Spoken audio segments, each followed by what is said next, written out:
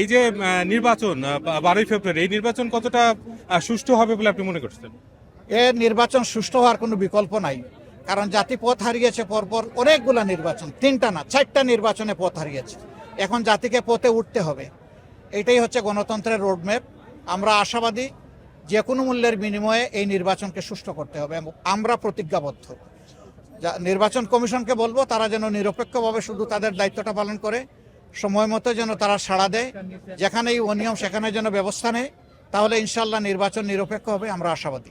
আর নির্বাচনের পর জাতীয় সরকার করার একটি প্রস্তাব জামায়াতে ছিল, সেটা বিএনপি চেয়ারপারসন তারেক রহমান বলেছেন যে এ ধরনের কোনো সরকার তিনি গঠন করবেন না। এই বিষয়ে আপনার কি প্রতিক্রিয়া? আমরা আমাদের অবস্থানেই আছি, আমরা বলতেই থাকবো জাতির সাথে স্বার্থে যেটা আমরা সঠিক মনে করি। আমরা বিজয়ী হলে আমরা সবাইকে ইনক্লুড করে ইনক্লুসিভ একটা গভর্নমেন্ট চাই।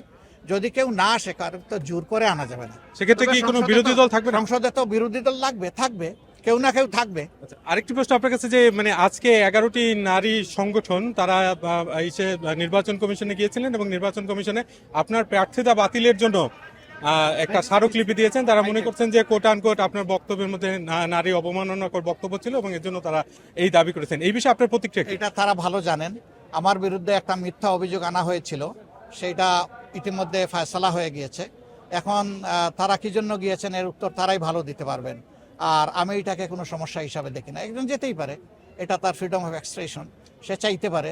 চাইলেই তো আর সব কিছু হয় না, সব কিছুর বাস্তবতার নিরিখে নিতে হবে। আর আমি নারী বিদ্বেষী, তাদের অভিযোগ। আমি নারীদের জন্য লড়াই করে যাচ্ছি, এই সমাজে নারীদের জন্য কিভাবে সম্মান এবং নিরাপত্তার জায়গাটা তৈরি করা যায়।